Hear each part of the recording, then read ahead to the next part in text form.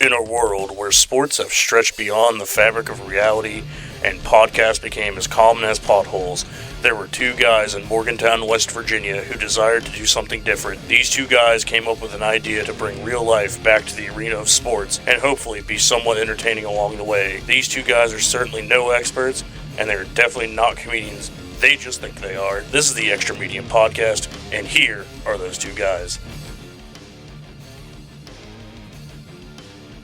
And here we go. Welcome, everyone, to Episode 9 of the Extra Medium Sports Podcast. How did we come up with such a stupid name? Well, it's because we are just two plus-size guys living in an extra medium world. Hello and welcome, everyone. I am Justin Jackson, sports editor of the Dominion Post. And I'm Matthew Amory, former WVU lineman and state champion at Morgantown High. In studio today, we have Michael Griffith. The legend. Spencer Ipchick of the Dominion Post. We're both going to be talking about major happenings in Week 8 of high school football, which means we are 1 week closer to Mohawk Bowl, baby. And that's all we're going to discuss at the Mohawk Bowl this week. More. Matt's getting very excited. I shouldn't have hit the table. Sorry about that, guys. We are going to break down projections for the state playoff rankings and positions as we get closer to the end of the high school football regular season. We will also get you set for WVU's homecoming game this week. Hey, let's go. Coal Rush, baby. Homecoming Coal Rush game against TCU this week. That game is on ESPN Plus on Saturday. That's a 6 p.m. kickoff time. The Mountaineers fell on the road last week, 45-13 at UCF in Disney World. Is it Disney World or Disneyland? I think Florida? So. Florida's Disney World. Yeah. Disneyland is in California, which it's very dangerous to go there. Moms will use their what is it, strollers to strike you, and it's very dangerous. Just anyway, that's really. A side. Danger at Disney. It's danger at Disney, and bro, if you don't get the fast pass, don't go, bro. Right. You're destined to you'll leave with bruised ankles and anxiety. Wow. Well, I that never knew changed there was quick. Such danger. It's dangerous. It can be dangerous. Don't even let me get into Universal Studios, but we'll talk about that a different time. Mountaineers lost on the road 45-13 at UCF, and we will have much to discuss there. But before we get into all of that, Matt, let's hit him up with a sponsor plug. The Extra Medium Podcast is proudly sponsored by our dear friends at the Erickson Alumni Center. Whether you're interested in hosting a corporate retreat, a baby shower, or a beautiful wedding reception, we take pride in making every experience a memorable one. It is now time to bring in our college football insider, Spencer Ipchick, who has been very much redeemed. Redemption. He was very much redeemed on his thoughts on Texas Tech last week. Some may remember from our podcast last week that Spencer is a AP Top 25 poll voter, and he had the Red Raiders ranked as the lowest on his ballot than any other AP voter. He had him at number 11, I believe, and the folks in Lubbock were not very happy. The truth with him. hurts. The truth hurts in Lubbock. Well, Texas Tech, they went out and kind of proved Spencer right. They lose 26-22 against Arizona State. Not only that, but there was also an article. The AD said something. We got to stop the tortilla tosses. They have to. The AD is asking them to stop throwing the tortillas. I mean, they shouldn't have messed with Spence. None of this happened before. Right. He's not the one to mess with, but he was right. Maybe it was some bad mojo. I think it's some bad mojo. You don't go at Spence tortillas, like that. Right? Man, I'm getting hungry just talking about some tortillas. Texas Tech fell 26-22 to Arizona State, and it is quickly, I'm going to bring Spencer in here real quick, it is quickly beginning to look like the Big 12 is destined to have, for a second consecutive year, only one team in the college football playoffs. Spence, do you see any avenue where the Big 12 at this point can get two teams into the CFP? Yeah, I think the only way that they get two teams is maybe it's Texas Tech and BYU in the championship, and that Texas Tech would beat BYU or something like that, and BYU would run the table the rest of the way. I'm pretty sure they do play Texas Tech at some point this season, so I don't really know how that would work. But yeah, I think right now, it's going to be whoever wins the Big 12 will get in for the college football playoff. BYU would have to go undefeated, right? And then lose. Lose to Texas Tech, man. Then if you lose to Texas Tech, but then, because I'm pretty sure BYU plays Texas Tech, so if BYU... 3 weeks, I believe. Yeah, so then Texas Tech would have 2 losses, but then if they beat BYU, they'd beat the undefeated BYU Cougars, so... I don't know. It's going to be tough. But now Arizona State's lurking in there. I think they're ranked in the top 25 after beating Texas Tech. And Utah's still got 2 losses as well. I think there's some other teams with 2 losses in the Big 12. TCU this weekend, I think they still have 2 losses as well too. Cincinnati still in there. Cincinnati's in there too. They only have 1 loss, and that was the first loss of the season. Houston, I mean, they're still lurking. There's a couple of top Big 12 teams that could make a run here late in the season. At this point, though, is it not? I mean, it takes more than just being ranked in the top 25 at this point, though. Don't you have to be somewhere in the teens to really kind of be in position at this point? Yeah, but I mean, a lot could happen in a week. I mean, 1 week, like LSU is primed to be in the college football playoff. Sure. They lose to Vanderbilt pretty badly, and now they're on the outside looking in. So how about that? Vanderbilt, right? Man, and Diego Pavia putting that Heisman pose, cuz? Did you Diego, what? Who? Isn't that his name? Yeah, Diego Pavia. Okay. Yeah, man. Come on now. Don't make me second guess. I'm sorry. I don't follow Vanderbilt football. I apologize. I've been looking in the mirror the past 25 minutes trying to say the name right. And thank you, Spence, for having my back on that one. But he threw the Heisman pose up there. I want to go back to the beginning of the season, Big 12 football media days. Big 12 Commissioner Brett Yormark pretty much came out, and Spence, correct me if I'm wrong, pretty much came out and said, predicted the Big 12 was going to have multiple teams in the college football playoff this year, didn't he? Yeah, I think he did say that. I think he said it was going to be one of the more competitive leagues in college football, but that was at the point where they were all debating on how big the college football playoff should be and how many bids each team should get and how many automatic bids. So he was trying to prove that the Big 12 is not a team that's or not a conference that should be overlooked. But yeah, I mean, there's just so many good SEC teams this year, and there's the Big Ten has got a lot of good teams as well. I think it'll shake out more towards as the season goes on, but yeah, people aren't really looking highly on the Big 12. I'm one of those people who also is not looking highly. I mean, the top-ranked team in the Big 12 right now is undefeated, and I mean, West Virginia only lost to them by 2 scores, and they're probably like the worst team in the Big 12, other than Oklahoma State, who fired their head coach. So I'm going to quickly agree with Spencer. I think this is shaping up to be the same old Big 12. Matt, what do you think? I agree. Same old Big 12. Spence hit it right on the head, and this guy talking about getting the Big 12 commissioner talking about getting 2 teams in and whatnot. That's what he has to say. Does he really? Sure. That's kind of what he has to say. But as we play out, I see one team getting in. Same old Big 12 as usual. Definitely good parity in the conference. But when you look outside of the conference, I mean, that's the problem. Yeah, that's the problem. Right. But that argument is difficult, I feel, because the other conferences are also very, very deep. Like, can a number 5 seed from the SEC run the Big 12 type? That would be the question, right? And I don't know if I have that answer. Like, would Vanderbilt? Yeah, would Vanderbilt win run the Big 12 yes, this year? Yes. I don't know. I don't know if that would be the case. I don't know. That's kind of hard to say because obviously Vanderbilt's their 1 loss in the SEC. It would kind of be hard to say they wouldn't run the table, but it's Vanderbilt. Yeah, I have a hard time saying they would run the table. Same here. It doesn't feel right. It doesn't. But it's very interesting. Very something to keep your eye on. TCU is a 2.5 touchdown favorite, 14.5 point favorite, as a road favorite coming into Milan Puskar Stadium.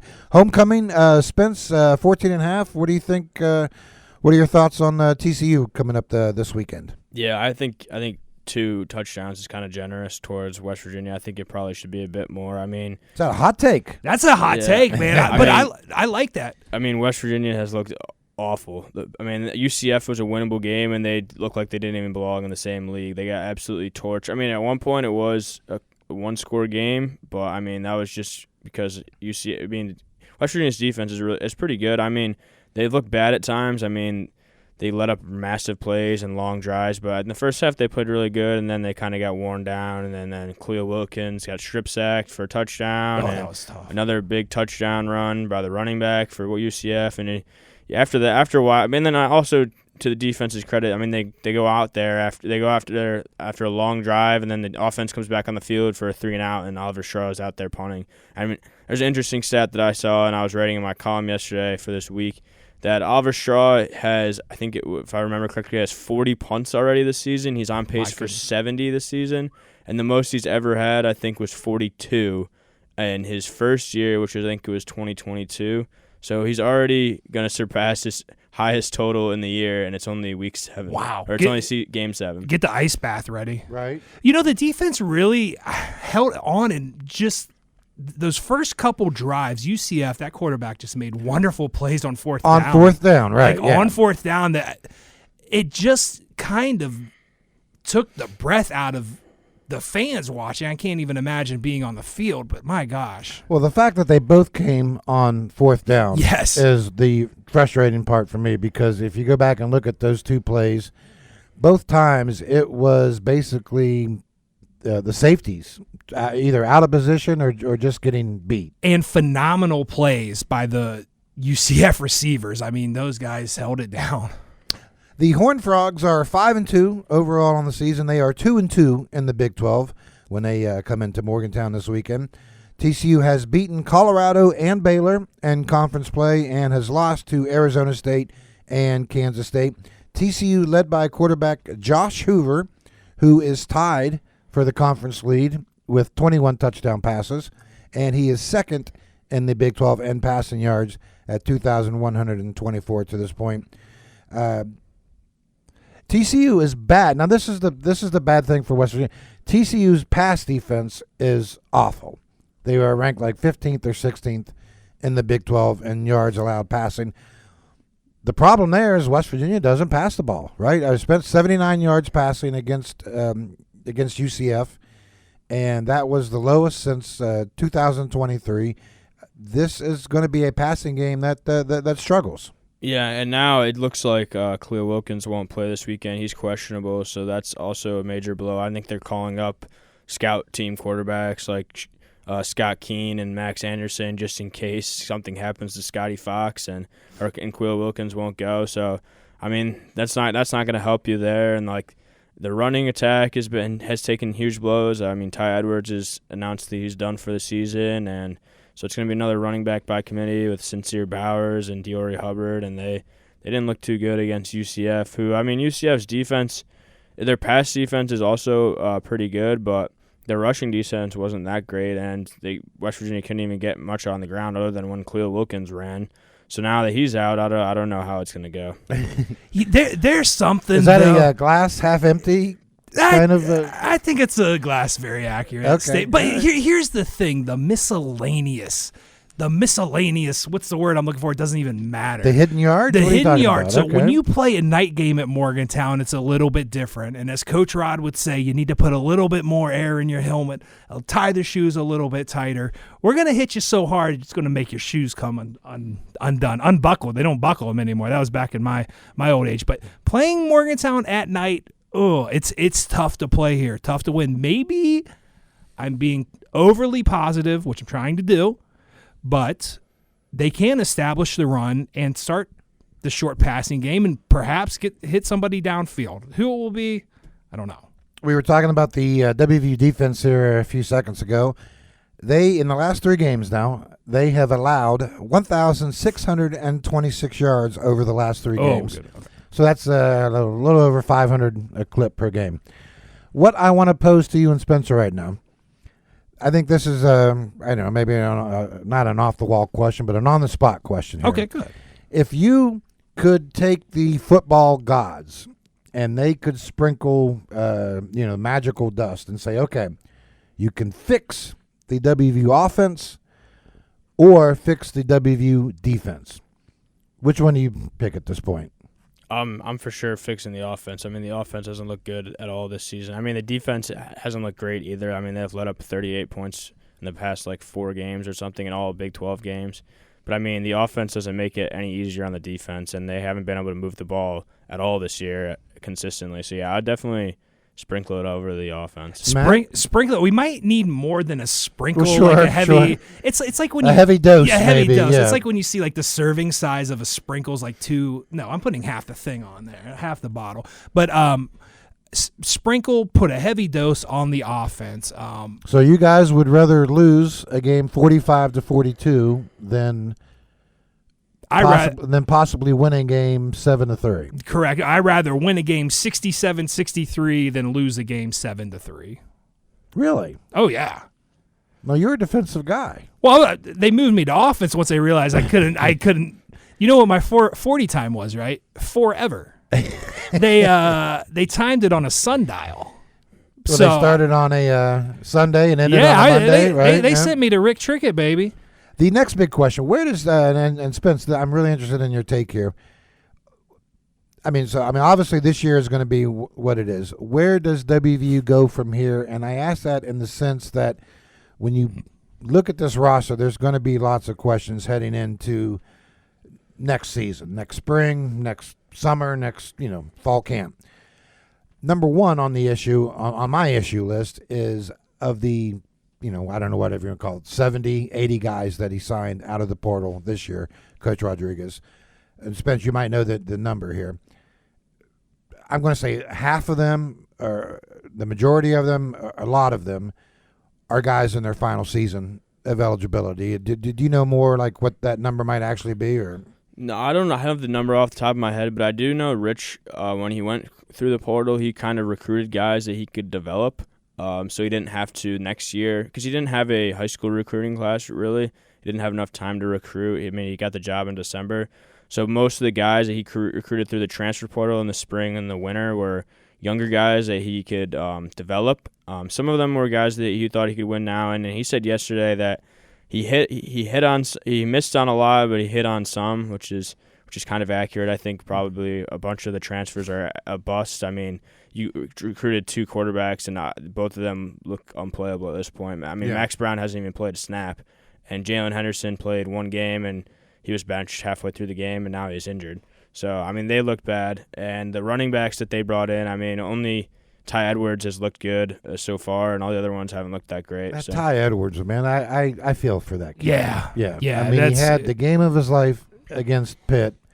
And then I think he's played, 1 snap, 2 snaps since? Yeah, he played a little bit in BYU. But, I mean, Rich said that he was going to see a specialist last week, and I knew immediately that seeing the specialist quote is a kiss of death for, for any player. On Not the first time we've heard that.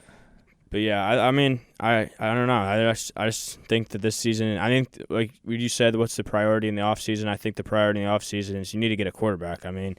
Well, that was going to lead to my next question, because can you project – with Wilkins and Fox, do they both come back next year? Does one of them come back, or do they both hit the portal? What if I put the proverbial gun to your head, so to speak? What do you think? My guess is that I think maybe if I were to rank the 3, I think maybe both would come back. I think one might hit the portal. I think it'll be maybe Khalil Wilkins. I think he'll hit the portal because Scotty is Rich Rod's guy, and I think Scotty will play probably the remainder of the season since Khalil is hurt. But I think the primary need is to get a quarterback who's got some experience and can actually help you win games next season. I don't know how much money, but I would make that the priority in the transfer portal is to get a quarterback, because you can't go through the next season and do the exact same thing where it's a new quarterback every single game. I mean, they've started 4 quarterbacks in 7 games so far, so they definitely need a quarterback, and then beef up the offensive line. I mean, the offensive line, it just gets pushed around like crazy. I think they allowed I had 7 sacks, which is UCF. Oh, it was 8. It was 8. Whoa, that was tough to watch. It was. I think it was a lot of sacks. It was either 7 or 8. But I mean, that UCF, that was like a record for them over the season. I think the highest they had was in their first game of the season against North Carolina A&T, and they allowed they had 3 sacks in that game. So I mean, the offensive line is just bad. I mean, Rich Rod was getting on Scotty for holding the ball too much, but I mean, what are you gonna do? Yeah. At that point, when you got a 300-pound exactly. Matt, what are you seeing from the WVU offensive line? Well, we have every now and then I'm watching and I'm trying to stay positive, but do you know what a lookout block is? Oh yeah, it's when you yell at the quarterback to look out. Right? Look out! He's coming for you, and he's coming, and he's mad, and he wants to do bad things to you. I see lookout blocks. I don't know. I think it's a combination of everything. But it comes down to execution. It doesn't seem like it's a toughness thing. I think these guys are tough, and they want to be out there. Nobody wants to go on the field and be like, I want to give up 8 sacks today. I mean, that would be insanity. How can this get fixed? I don't know. You know, just getting on Facebook, you see the fans, what they're saying. Some say bring back Trickett. I don't know if it's a coaching change or a personnel issue. Which Trickett do they want? Rick, brother. Rick? Yeah, Okay. get Rick. He's got his son now, right? I mean, Yeah. Well, they got Travis. Right. Shout out to Travis. That's my buddy. There's a lot of trickets running There's a lot around. of trickets running around, but I mean, I don't even know if it's I doubt it's a coaching thing, but I don't know if it's a personnel thing. But there is also when the you don't know if a receiver's missing his route for that particular play, running the wrong route, which makes the quarterback hold the ball longer, which makes the offensive line more stressed on them. Who knows what exactly is going on, but it does look like the offensive line needs some help. And so when West Virginia, if you could sort of make the argument that West Virginia and Coach Rodriguez and his staff, they sort of took a win now approach heading into this season, and you can't really blame them because of the situation they got put in.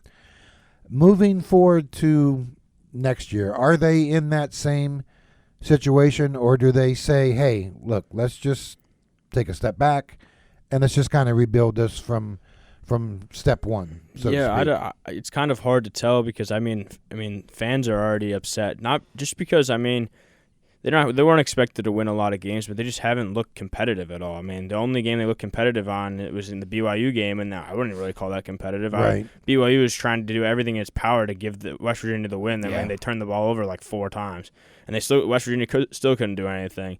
So I don't think Rich is in a position to completely rebuild this roster, especially with the state of college football right now. I mean, everyone's short-tempered. Like Rich said, patience is lacking in college football, especially with teams like Indiana being able to turn that program around very quickly. I know I saw some person today said they should have held on to Neil Brown for an extra year and maybe then got rid of him this year and then hired James Franklin. But I mean, I don't know how James Franklin's going to come here. How could you predict James Franklin was going to get fired? Yeah. But I mean, this is going to be like some of the big college football coaches are going to be in this cycle. So, but I think once again, I mean, if you don't fire Neil Brown last year, you keep him again for this year and then fire this year, I think the best candidate is going to be, and everyone's going to want, is going to be Rich Rodriguez down at Jacksonville State. And, you said something interesting, and you see this argument a lot, and I don't think it's fair for WVU because Coach Cignetti has done an amazing job. I mean, I don't even know the right word to use, how awesome he has done and how rare that is to say, well, Coach Cignetti did it, we should be able to do it. Well, see, now, that's sort of the problem, I think, in college athletics because everyone looks to the Cignetti example. Yes. What they don't realize is that for every Cignetti, there are 15 programs going through the same thing West Virginia's going through. But they look to the one shining star and think that can happen everywhere. It doesn't happen everywhere. Well, the only thing I'd say to that argument, and a lot of West Virginia fans have brought this up, I mean, if you look at the top 25 right now, you have Vanderbilt, Georgia Tech in there, you have Virginia, Louisville. I mean, you're telling me that West Virginia can't compete financially with those schools and prowess with those schools? So I think that's the only, and like I said, Indiana's in there. It's just, it kind of, as a West Virginia fan, if somebody is looking at that, they kind of feel like, why can't that be us? If Rich and the athletic department or the powers that be next year, Matt, if they go into the end of the year this year, so we'll talk about January, February, if they make the decision, hey, we just got to blow this up, start from the beginning, does that make, as a West Virginia alum, as a former football player, does that bring any kind of emotion? It doesn't, and from where I'm sitting in my perspective, because I trust Coach Rod, I trust in his decisions, and I know getting mad and upset is not going to solve anything. But from the standard fan, it would make me feel a kind of way because unless there's a miracle, unless there's this Pat White coming up and this recruit Steve Slayton coming up and Pac-Man Jones, a lot of talent was brought in. Unless you can get a couple diamonds in the rough, it's going to be losing. Right. Until you learn and until you can get the program established, the guys developed, you get some leaders and you develop more guys, but the losing is going I don't know if I'm not. It's going to suck if you blow it up and have to do it. But is that kind of inevitable and where we have to go? And what if I could rub the crystal ball here, the magic 8 ball, and it says, Well, you blow it up the team, you're going to have 2 or 3 years of losing. Right. But that's the downside, right? But in 2030, are we talking about national championship run? Well, that would be the hope. Yeah. So it will be frustrating. And let me say this, regardless of how you look at it, there's ways you can pick a needle through all this. It's going to be frustrating either way. But we knew some hard times were on the way. I'd say this season it's been tough. But don't panic yet for the future. Ultimately, the problem that Rich is sort of running into when we talk about the fan base is that, and this has nothing to do with Coach Rodriguez at all. Ultimately, though, the fan base was already, I don't know if disgruntled is the right word or not, but the fan base was already feeling a certain sort of way. Before Rodriguez was even hired. I was feeling that way too. Because, I mean, just think about, well, did you have a good time at the game at least? If that doesn't make you mad, right. I don't know. So you got to. I mean, and this goes back before Spence was even here. Yeah. Right. So that's a wonderful point. So the honeymoon period. The honeymoon phase is going to be limited. Very right. If it's not over. It's like on our third. I'm not going to say that. Never mind. Okay, But the point being is that that is one obstacle that Coach Rodriguez is going through that not every coach out there taking over a program has to go through. I mean, for instance, whoever takes over at Penn State next year is not going to have a huge disgruntled fan base because Penn State has been winning. Yes. That was not the case when Rich Rodriguez came into West Virginia. And does disgruntled fan base equal disgruntled donors? I mean, it's a money. Spence is the money man. He would know. What do you think, Spence? I mean, is it fair to?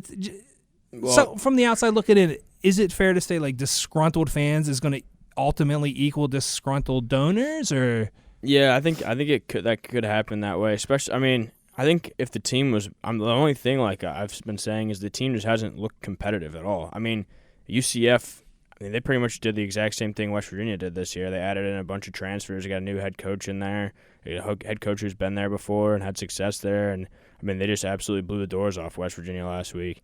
So, I don't know. You're going to get donors no matter what. I mean, Ren Baker's been doing everything in his power to get money, and now Rich has said that he needs $10 million. He probably needs like $23 million to build the roster. He said we'll probably get $13 million of the revenue sharing, and then extra $10 million, so $23 million. I don't know how sustainable that is each year. Yeah, how sustainable is that? I know that's a tough job.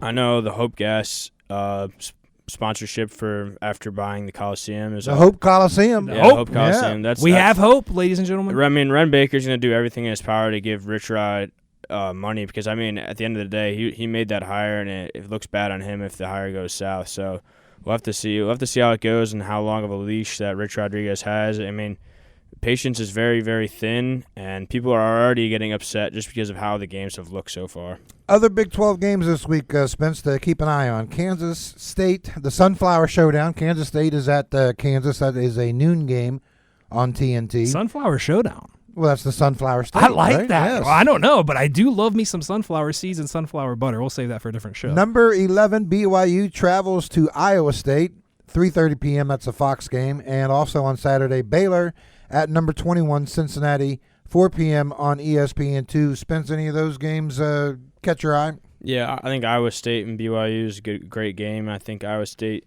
has had some questionable losses, but I mean they're a pretty good team. And then BYU, that'll be a really good test for them. I know Utah was a good test, but I mean that was at home, so we'll have to see that game. And I think Baylor Cincinnati should also be a good game. I mean Baylor's not one of the good teams, but I mean they're still a competitive team. They have a really good, competent quarterback, so it'll be a good test for Cincinnati Bearcats. So. All right, here's my hot take. Are you ready? Yeah, let's hear it, man. Rocco Becht. I love this. You know Anthony. Well, you probably remember Anthony Becht. Of course, right? I remember Anthony Becht. The Anthony NFL Becht, draft, former tight end, former tight end at All-American. West Virginia. His kid is now obviously people around Anthony here. Becht was the Rock before the Rock. Right. This dude was the man. Really? Yeah. Okay. Well, anyway. His kid is now obviously, as people around here know, that his kid Rocco is the quarterback at Iowa State. Rocco Becht is going to blow up the Big 12 totally because Iowa State is going to beat BYU. And if that happens, the Big 12 as a whole, right, Spence? Yeah. Does not look very good. Yeah, I mean, I think, I agree with you. I mean, the only reason BYU is as ranked as high as it is, because they haven't lost yet, but they also haven't really played anybody. Yeah. The Utah's a good win, but Utah got waxed by Texas Tech too. So we'll have to see. I think if BYU were to lose against Iowa State, I think Iowa State would probably jump in the top 25, and then Texas Tech would immediately assume its role as the top contender in the Big 12 once again. Matt, we got anything else? Iowa State, not an easy place to play. Beware BYU. Upset alert. Justin, I love the hot take. No, it's because it's always It's freezing, right? It's always cold and miserable there, and Iowa State can play some defense. They can play some ball. Yeah. They can play some ball, and they got some fans who love their team. They love them some Cyclones. The Iowa State Stadium is pretty much a replica of Milan Puskar Stadium. I heard something about that, but I was like, what? Yeah, they both look very. I don't know if they were built by the same architect, but I do know that both stadiums look pretty much the same. Well, it's gonna get cyclone. Cyclone. Cyclone. Nice. Hey, Spence, I want to thank you for your time, and we will definitely get back to you next week. We'll have some more takes on Big 12 football. Appreciate the time. Yeah, thank you guys for having me. Matt, you can always find, where can you find our podcast? Well, you can always find a link to the Extra Medium podcast at dominionpost.com or find us on social media at Spotify or YouTube. And why don't we throw another plug to the sponsor in there? Absolutely. Let's do it. A big shout out to our sponsor, the Erickson Alumni Center. Provide your guests with an elegant experience utilizing our state-of-the-art conference technology and catering from our in-house executive chef. Ladies and gentlemen, it's back by popular demand. It's our favorite segment. It's called. I almost said it wrong there. It's called What Caught Matt's Eye. Matt's eye. Let us know what is caught Matt's eye. Matt's eye, what caught Matt's eye? I've been practicing, you can tell. Yeah. So we are going to go to Milton, Massachusetts. Oh, we got a great what caught Matt's eye today. Milton, Massachusetts, a Division III school named Curry College. And the reason we're going here, 10 miles south of Boston, by the way, is for a gentleman named Monty Quinn. Monty Quinn had 20 carries, and this is not This is not a typo, right? 20 carries for 522 yards and 7 touchdowns. That wasn't enough, though. I needed to know for Justin, what did he have at the half? That's a good question. What did he have at the half? So at the half, he had 217 yards and 3 touchdowns. It was 200 and something. I did know that, yes. But still, Justin, are you even thinking about 522, an NCAA record? The amazing part of that is it only came on 20 carries. On 20 carries? It's not like he had 48 carries. I mean, that's over 20 yards a carry. And so not only did he break the NCAA Division III record for rushing yards, but he ran for more yards than anyone at any division in the history. And after doing some research, the previous Division I FBS record was held by Samaji Piran. Did I say that right? Piran. He's with the Bengals now. He's with he was in Oklahoma, and that happened against Kansas. Also had a big game against West Virginia, but that was for 427 yards at the Division I level. The Division III, which technically is still the Division I record. Technically still the Division I record, but not the NCAA record, so to speak. But what a crazy game. I mean, 522 yards, that's tough. If I'm that young man at Curry, I retire. I mean, how do you top that? But right? Can you think about just running a 100-yard sprint? I couldn't imagine running for 522 yards in a game. That's pretty crazy. Well, we had to shout out that guy caught Matt's eye, but also let's talk a little college basketball. I'm going to interject here. Yes, absolutely. Let's talk a little college basketball here. For those who may or may not know, it's called a closed-door scrimmage. They used to be called secret scrimmages. But anyway, last week, West Virginia played Maryland in a secret scrimmage, not so secret scrimmage, won the game 95-73. Now, before we start handing out national championships, this is not the same Maryland team that played in the Sweet 16 a year ago. It has a new head coach, kind of like West Virginia does. But as far as opening impressions go, this is a major step forward for Ross Hodge and his team. Maryland was also a little shorthanded. They played without a couple of key reserves.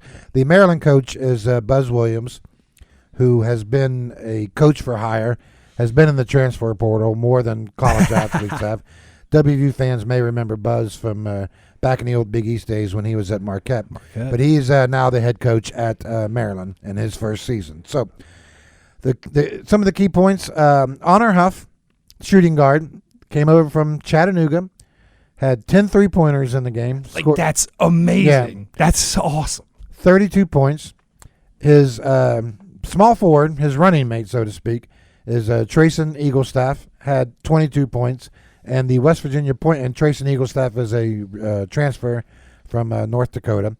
And the point guard, Jasper Floyd, who came over from North Texas with Coach Hodge, 11 points and 9 assists.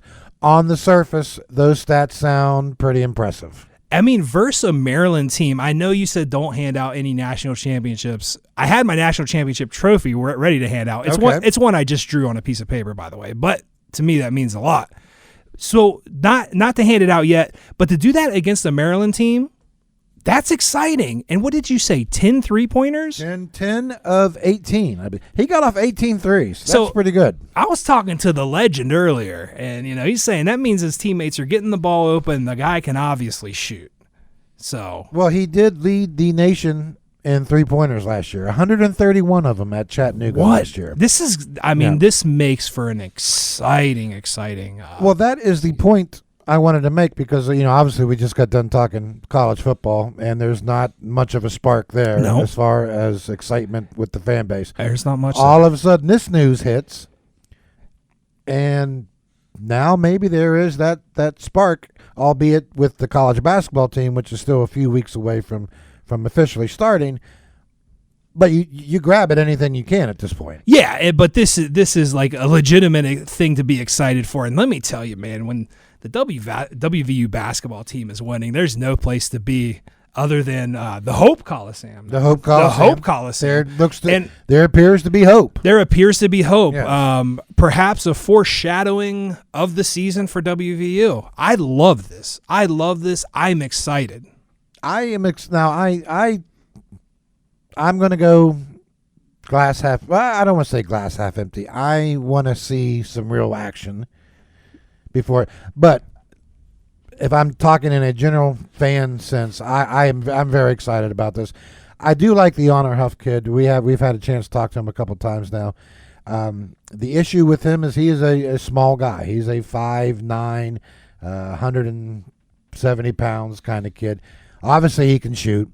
The question will be, can he guard at the Big 12 level? Because the guys he's guarding are going to be bigger and stronger. Eaglestaff, he passes the eye test. He is a 6'6", 200-plus small forward who can also shoot and stretch the floor.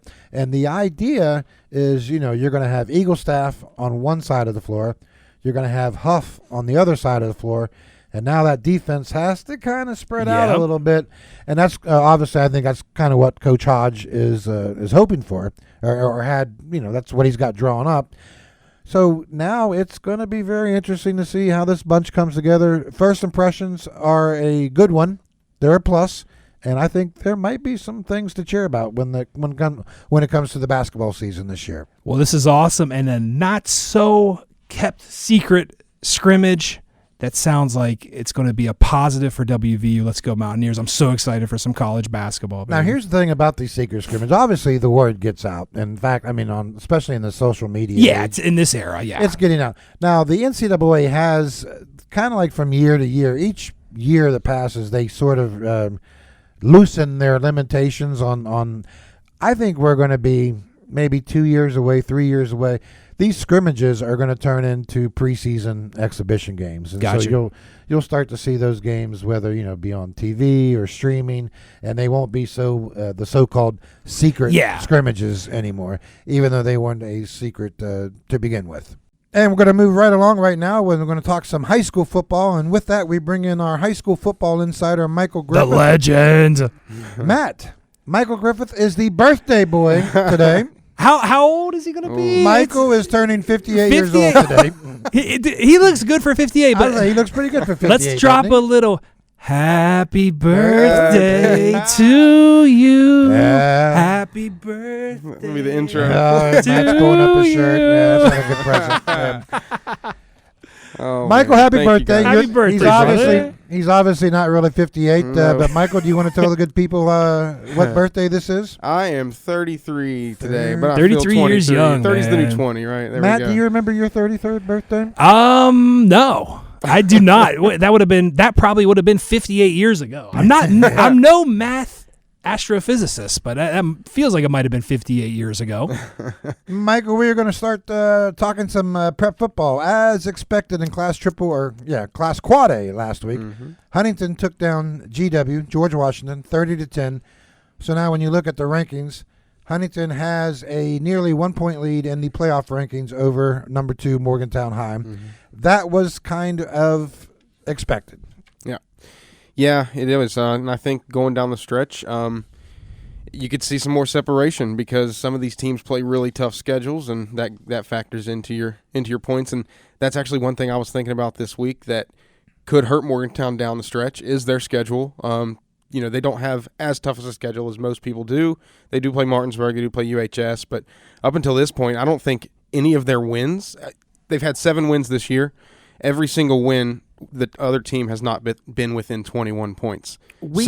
I'm sorry, go ahead. So I was just saying, that'll factor in when it comes down to that final week, and once you get all your games in and you're ready to get the playoff seeds, that strength of schedule bonus for them might hurt them a little bit. But Week 7 results in the local area. Morgantown High took down Parkersburg South 45-10. The big one was University High taking down Spring Mills 35-28. Man. That was an amazing game. We're going to talk about that game in just a second. To get through the rest of them, Bridgeport defeated Preston 49-7. Bridgeport now has a 22-game consecutive game winning streak.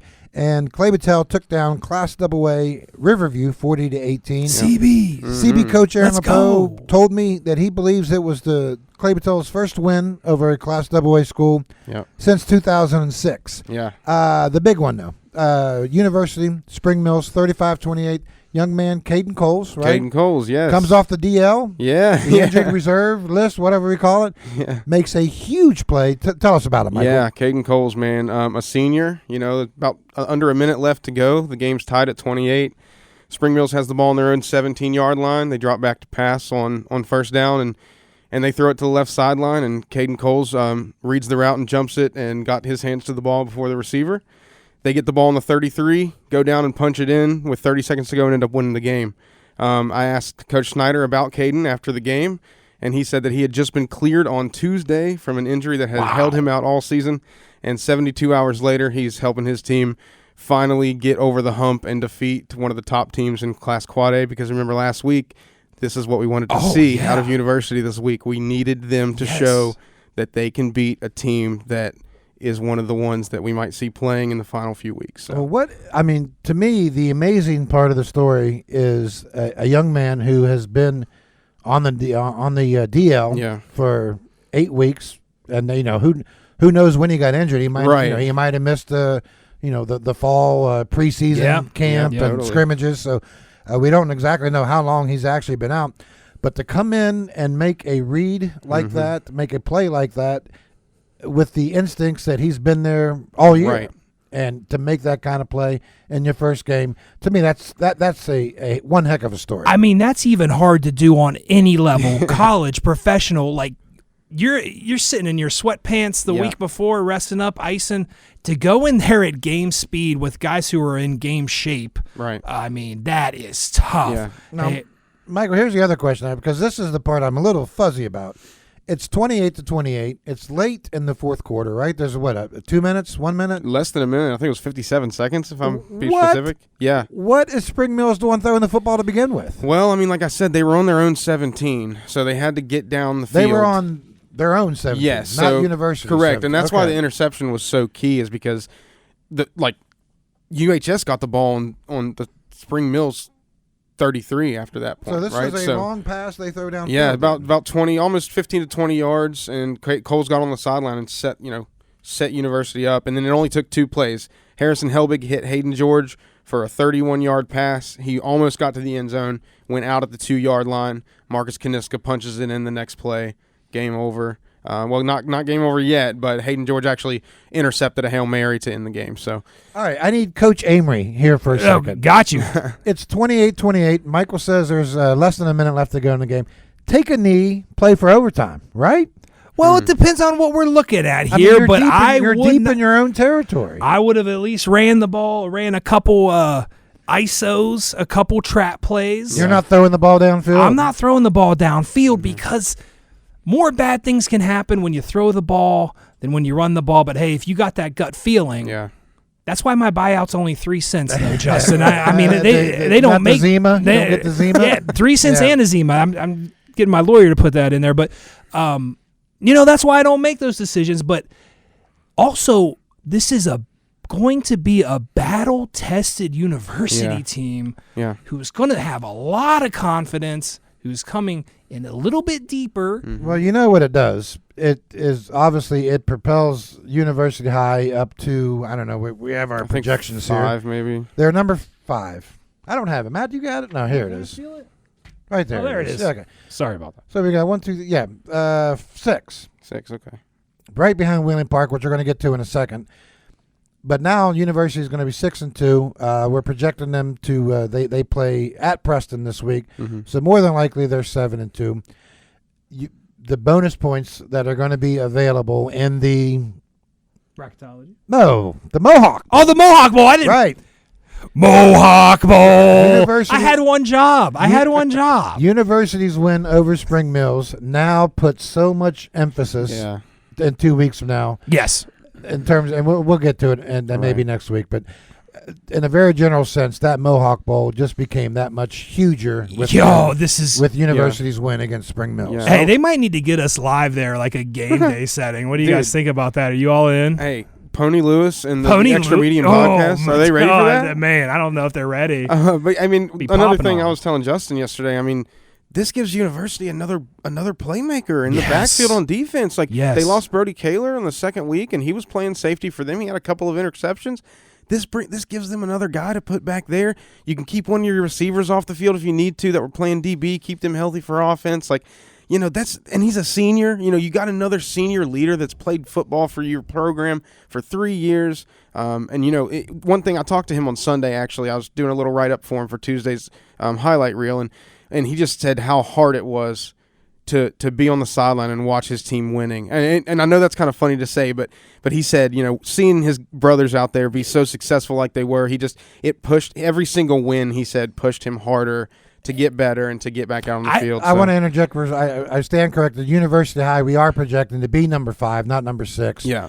We have them behind Wheeling Park and ahead of GW for next week. Yes. So, I also got to shout out a little helmet sticker here to our guy Jimmy the Leg Greg at UHS. Obviously, Division I punter that's committed to Syracuse. Man, this guy, and in a game like this that ends up being a 1-score touchdown, 1-possession game, the punter can really make a difference. And he had multiple punts inside the 20. I think that over half of his punts have come inside the 20 this year, and he's punted the ball almost 20 times. So that's really impressive.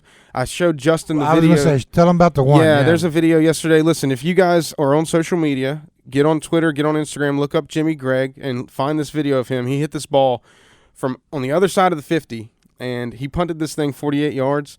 And when it hit the 1-yard line, this thing bounced straight up in the air into the arms of one of his That's awesome. his gunners, I guess you could say. And man, the whole stadium just kind of froze for a second and kind of processed what happened.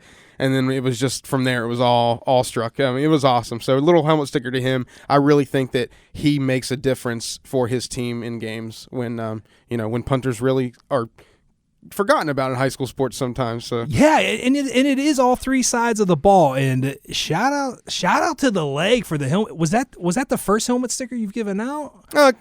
Formally, yeah, we've talked about it a few times. It might be the best nickname. Jimmy the Leg. Jimmy the Leg, baby. Jimmy the Leg, Greg. I like that. Yeah. Yeah. So shout out to him, man. I just gotta give the special teams some love sometimes too. Huge shout out to you. Get through some of these other games. Like we said, Morgantown High took down Parkersburg South. In that game, Morgantown High, I believe, had 363 yards of offense.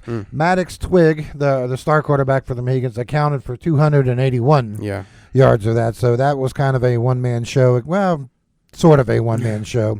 against Parkersburg South. The big one, and I kind of want to talk about this one for a second. So Clay Battelle hosts Class AA Riverview, beats them 40-18, and they only move up one spot in the rankings. We're going to get into this in a second, but it was a huge win, 40-18. They recovered another onside kick. Corey Cohen, another big night. Snodgrass, another big game running the football. And Clay Battelle's defense obviously stood out. With Clay Battelle and the current positioning, what are we looking at for the CBs? Yeah, and they outscored. I think its halftime was 18-12, right? 18-12 at halftime. So 22-6 in the second half. And one thing I mentioned to Justin this morning, actually, Clay Battelle, like in football, I think this is an underrated thing, and it can really go a long way. When you're able to improve during a game and improve, like get better during the course of a game. I mean, everybody talks about each week, got to get better this week, got to get better this week. But, man, some football teams are able to get better from drive to drive, quarter to quarter, half to half, stuff like that. And Clay Battelle, I think, has that ability, and it shows in the results of their games when it comes to these halftime scores, stuff like that. Like, they really do improve and do so well during the game of adjusting. And just even their game plan coming in, it's just, everything's so impressive. We've talked so much about these guys, but yeah, I mean, the first of these 4 little check marks that we've kind of talked about in the back month of the season, got that first mark checked off, right? Riverview's out of the way. Now on to Sherman on Saturday. Big game. One of the biggest games in Class Single A this year so far. And I mean, even if you're not from this area, it's one that you could be excited for. So, all right. So I want to get into a little bracketology for a second because I know that there's probably some Clay Battelle fans are wondering what the heck's going on in the rankings. So last week they're number 7. They beat a Class AA school that had 3 wins. So there's some bonus points involved there. Plus you get more points for beating a AA school. Fans are probably wondering why in the heck that we are projecting them to move up 1 spot to number 6. People are kind of wondering why only 1 spot. Well, so they moved up above Cameron this week, which Cameron lost last Friday, so that kind of makes that easy. But even if Cameron had won and Clay Battelle had won, which obviously Clay Battelle did, they were going to pass Cameron regardless. Yeah, gotcha. So now there was, if you go back to last week's rankings, they were like 1.2, 1.3 points behind Pendleton County, who was at number 5, and I believe Pendleton County is still at number 5. What they've done is essentially closed the gap between Clay Battelle and Pendleton County to where it was 1.2 points. Now it's 0.3. So they are essentially decimal points behind Pendleton County now. Right. So now we throw in this Sherman game coming up on Saturday. We're going to get more about this game here in a second. If Clay Battelle can defeat Sherman on Saturday, so now you're talking about an additional, in theory, another 15 points in 1 week. So they would jump Pendleton County, they would jump Sherman, and now you're talking about possibly being number 3 in the state. So even though it's only moved up 1 spot this week, the potential is next week to possibly move up to number 3 in the state if you can beat Sherman. Yeah, and you have another AA team after that, which would be Oak Glen. And now you're talking about maybe moving up to number 2 if you can beat Oak Glen. And then you have a very winnable game against Magnolia. So, like we said, everything's in front of the CBs. Checked off that first box of 4. And next week, man. But that is the big one, right? Yeah, I mean, it's going to be... That's a 1 o'clock kick on Saturday, not a Friday. Correct. 1 o'clock on Saturday. 1 p.m. on Saturday. You better get there about 90 minutes early if you want to have a parking spot because it's going to be a incredible crowd. There's some excitement for this Very game. much so. Let me just talk about Sherman a little bit. The Tide. What do we got, Mike? Tide come rolling into Blacksville. You got some weekend. Facebook news on this game, right? Yeah. Yeah, Sherman found the Dominion Post Sports account. I think some of the Sherman fans, and we posted a little story about our CVs the other day, and some of the fans decided to get in the comments and let us know what's coming why not us? for the Clay Battelle football team in Blacksville. But what was the comment? He was just talking about the athletes they have. They got a little bit of speed. We're not ready for their receivers, or Clay Battelle's not ready for their running backs. But got to see what the play says on the field. Yeah, we'll see what happens on the field, man. Sherman does have some impressive numbers. They do have some athletes, do have some speed. Trey Lester, he's a wide receiver for them, also plays some D-back. He has 20 of their 34 total touchdowns this season. He's averaging 23.8 yards per catch. He has 36 catches. Listen to this. Only 36 catches. 855 yards on 36 catches. Quarterback Eli Pauly, 64% completion percentage, 17 touchdowns, 5 picks. And get this, 17.6 average yards per completion. So that tells me when he gets the ball into the hands of these guys on the outside, they're picking up a lot of yards. They're able to break free. They're able to score. I think they had 3 players that all had over 30 rushing attempts this year, which also, says they have options. Says they have a little bit of a committee, which in single-A football, sometimes that's rare. Good thing to have. So this is going to be a game, man. Bring your icy hot because your neck may be aching watching these teams run back and forth. Because Clay Battelle is also one of the fastest athletic teams in single A as well. This might be a track meet, and this might be one of the best games I've seen since I've been covering high school sports. I got to disagree. You ready for a hot take? Hot take. Clay Battelle is going to woodshed Sherman.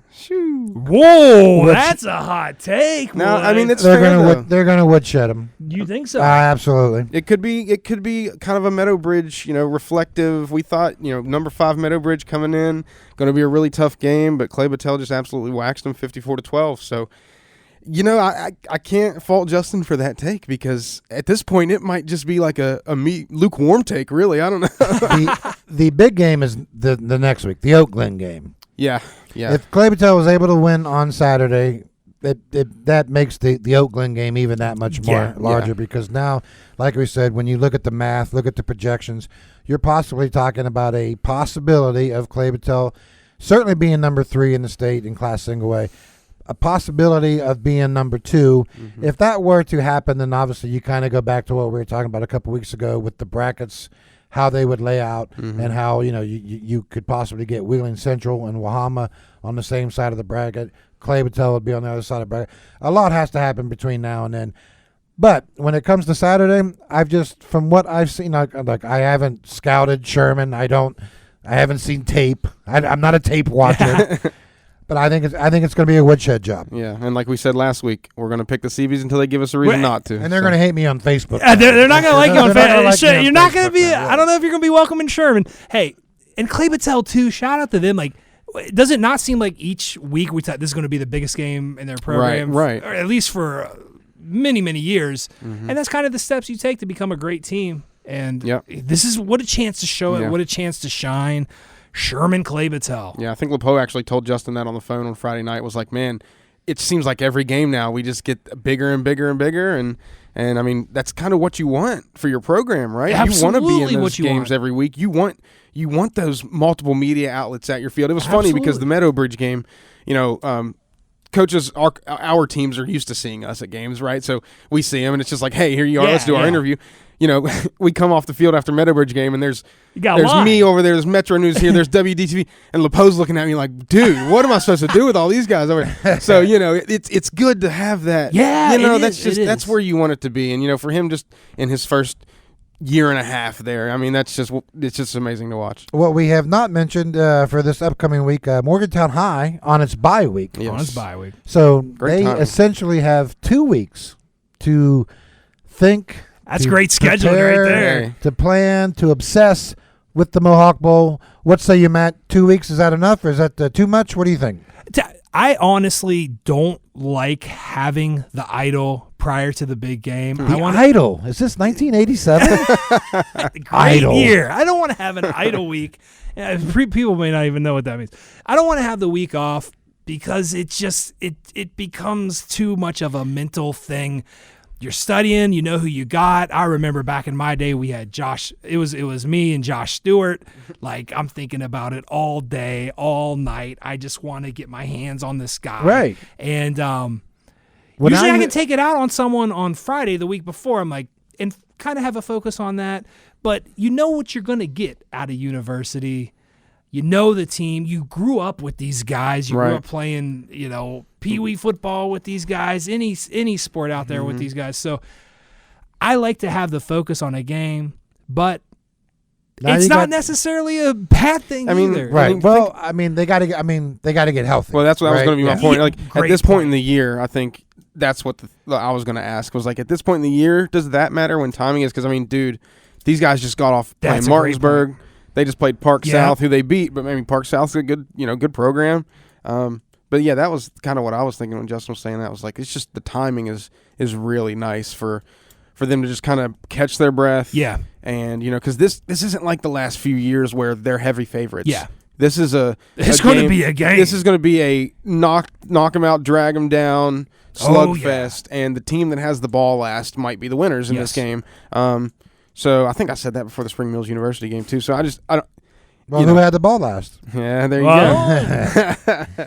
So, yeah, it's a good. I didn't notice the bye week was even this week until maybe a couple days ago for Morgantown, so it's a talking point, and it's something that they're probably trying to navigate as well, I'm sure. Yeah, but Michael, like you said, it's always good scheduling, man. Like, hey, dude, I don't. From a health standpoint, I love having the bye here if I'm Morgantown High.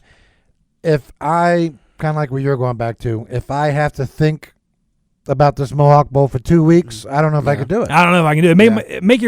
Make your hair fall out. Yeah. What steps would you have to take not to think about the Mohawk Bowl for this week if you're at Morgantown High? I don't know. I don't even know if that's possible. What you're going to be thinking about? I think that the coaches are going to do a wonderful job of having their players loose, recover, getting ready to play, know what they need to do, and. The other point I want to mention here with the high school football, we've talked about Wheeling Park running back Brennan Wack many, many times. Obviously an extremely talented young man, has been dealing with a hamstring issue, but was back in action this week, right? Yeah, he was. He played, I believe the person that texted me yesterday said 4 offensive series, carried the ball 19 times, though, for about 100 yards, caught 4 passes for about 40 yards, so... came back and pretty much didn't miss a beat. And so Wack is back. But they beat a Butler, Pennsylvania team that was 7-1. Right. And that's not...